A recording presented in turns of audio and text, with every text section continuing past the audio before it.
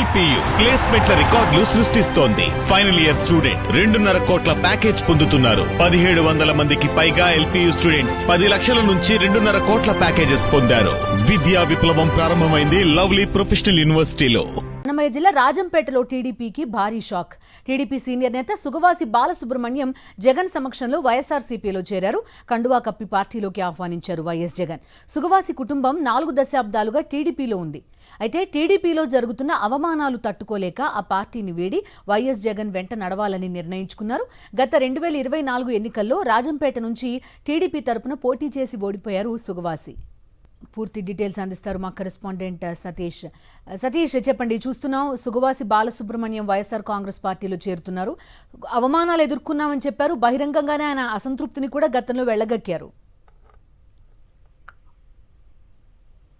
బిందు Telugu Desam party senior నాయకుడు, ముఖ్యంగా 4 దశాబ్దాలుగా తెలుగుదేశం పార్టీతో అనుబంధం ఉన్నటువంటి రాజంపేటకి సంబంధించిన పాలకొండరాయుడు కుమారుడు సుగవాసి సుబ్రహ్మణ్యం ఈ రోజు వైఎస్ఆర్ కాంగ్రెస్ పార్టీ అధ్యక్షుడు వైఎస్ జగన్మోహన్ రెడ్డి సమక్షంలో వైఎస్ఆర్ కాంగ్రెస్ పార్టీలో చేరారు. 4 దశాబ్దాల పాటు తెలుగుదేశం పార్టీతో అనుబంధం ఉన్నటువంటి కుటుంబం. ఇటీవల కొద్ది రోజుల కిందట సుగవాసి సుబ్రహ్మణ్యం తెలుగుదేశం పార్టీకి రాజీనామా చేశారు. ముఖ్యంగా తెలుగుదేశం పార్టీలో జరుగుతున్నటువంటి అవమానాలు, తన కుటుంబానికి తనకు జరిగినటువంటి అవమానాలను తట్టుకోలేక ఇటీవల రాజీనామా చేశారు. రాజీనామా చేసిన తర్వాత భవిష్యత్తు కార్యాచరణ త్వరలోనే నిర్ణయించిన ప్రకటించిన సుగవాసి సుబ్రహ్మణ్యం ఈ రోజు వైఎస్ఆర్ కాంగ్రెస్ పార్టీ అధ్యక్షుడు వైఎస్ జగన్మోహన్ రెడ్డి ఆధ్వర్యంలో వైఎస్ఆర్ కాంగ్రెస్ పార్టీలో చేరారు. 2000 సంవత్సరంలో ఉమ్మడి కడప జిల్లా పరిషత్ చైర్మన్ గా సుగవాసి సుబ్రహ్మణ్యం పనిచేశారు. 2001లో